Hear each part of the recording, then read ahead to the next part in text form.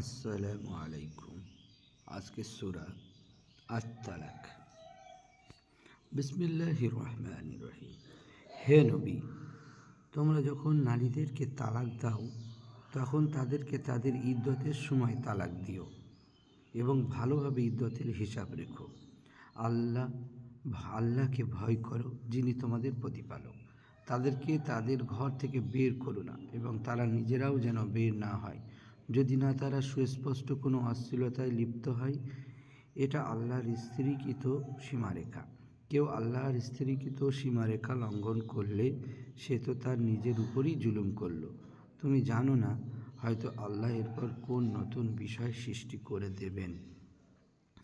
O Prophet, when you Muslims divorce women, divorce them for the commencement of their waiting period and keep count of the waiting period.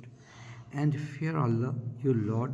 Do not turn them out of their husband's house, nor should they themselves live during that period, even unless they were committing a clear immorality, and those are the limits set by Allah. And whoever transgresses the limits of the Allah has certainly wronged himself. You know not, perhaps Allah will bring about after that a different matter. অতঃপর তাদের ইদ্দতের মেয়াদ শেষ পর্যায়ে পৌঁছলে তোমরা হয় তাদেরকে যথারীতি নিজেদের বিবাহাদাদিন রেখে দেবে অথবা তাদেরকে যথাবিধি বিচ্ছিন্ন করে দেবে, আর নিজেদের মধ্যে হতে ন্যায়নিষ্ঠ দুজন লোককে সাক্ষী রাখবে। তোমরা আল্লাহর জন্য সঠিক সাক্ষ্য দিও। হে মানুষ, এটা এমন বিষয় যার দ্বারা তোমাদের মধ্যে যারা আল্লাহ ও আখিরাত দিবসের প্রতি ঈমান রাখে তাদেরকে উপদেশ দেওয়া হচ্ছে যে কেউ আল্লাহকে ভয় করবে, আল্লাহ তার জন্য সংকট থেকে উত্তরণের কোনো পথ তৈরি করে দেবেন।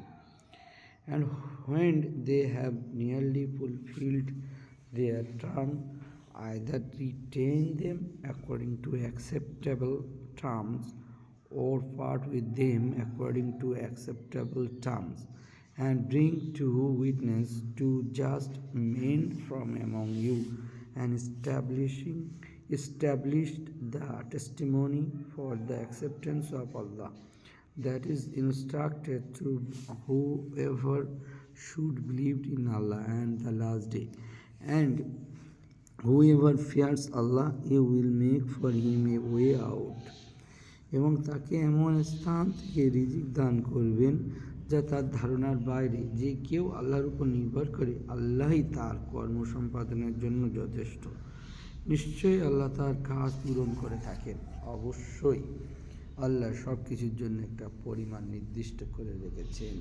And will provide for him from where he does not accept, and whoever relies upon Allah, then he is the sufficient for him. Indeed, Allah will accomplish his purpose.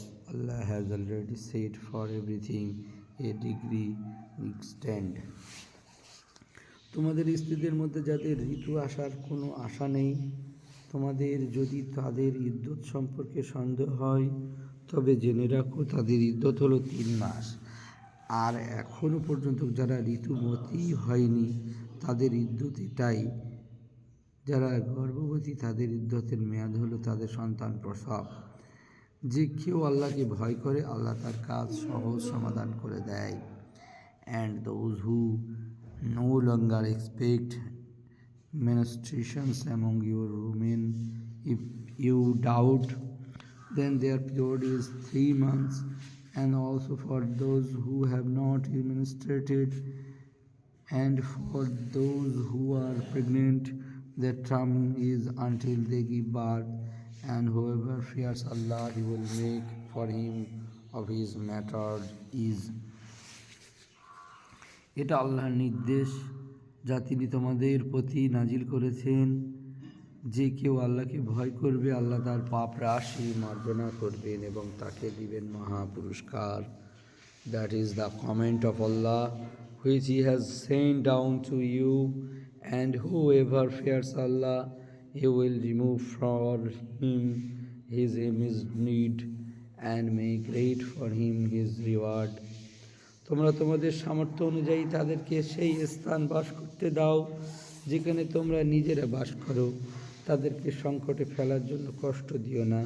তারা গর্ভবতী হলে তাদের জন্য ব্যয় করতে থাকো যতক্ষণ না তারা সন্তান প্রসব করে। তারপর তারা যদি তোমাদের জন্য শিশুদের দুধ পান করায় তবে তাদেরকে তাদের পারিশ্রমিক দিও। আর পারিশ্রমিক নির্ধারণের জন্য উত্তম পন্থায় নিজেদের মধ্যে পরামর্শ করে নিও। তোমরা যদি একে অন্যের জন্য সংকট সৃষ্টি করো তবে অন্য কোনো নারী তাকে দুধ পান করাবে। Lose them in a section of where you dwell out of your means, and do not harm them in order to oppress them. And if they should be pregnant, then spend on them until they give birth. And if they breastfeed for you, then give them their payment and confirm among yourselves in the acceptable way. But if you are in the disorder, then there may be breastfeed for him, that is the father, another woman. প্রত্যেক সামর্থ্যবান ব্যক্তি নিজ সামর্থ্য অনুযায়ী খরচা দেবে। আর যার জীবিকা সংকীর্ণ করে দেওয়া হয়েছে, অর্থাৎ যে গরিব, সে আল্লাহ তাকে যা দিয়েছেন তা থেকে খরচা দেবে। আল্লাহ যাকে যতটুকু দিয়েছেন তার বেশি ভার তার উপর অর্পণ করেন না। আল্লাহ সংকটের পর স্বাচ্ছন্দ্য সৃষ্টি করে দেবেন। Let a man of wealth spend from his wealth, and he whose provision is restricted, let him spend from what Allah has given him. Allah does not charge a soul except according to what He has given it. Allah will bring out after hardship that is relief. এমন সময় জনপদ রয়েছে, এমন কত জনপদ রয়েছে যেখানে নিজ প্রতিপালক তার রসুলগণের আদেশ অহংকার বশে অমান্য করেছিল, ফলে আমি তাদের হিসাব নেই কঠোরভাবে এবং তাদেরকে শাস্তি দিই অদৃষ্ট পূর্ব শাস্তি। How many city was insolent toward the commands of its Lord and His messengers, so we took it to serve account and punished it with a terrible punishment. এভাবে তারা তাদের কর্মের পরিণতি ভোগ করল। বস্তুত ক্ষতি ছিল তাদের কর্মের পরিণতি, and it tasted the bad consequence of its affair, that is rebellion, and the outcome of its affair was loss. আর আখেরাতে আল্লাহ তাদের জন্য এক কঠিন শাস্তি প্রস্তুত করে রেখেছেন। সুতরাং হে বোধ সম্পন্ন ব্যক্তিগণ, যারা ঈমান এনেছো, তোমরা আল্লাহকে ভয় করো। আল্লাহ তোমাদের প্রতি অবতীর্ণ করেছেন এক উপদেশ।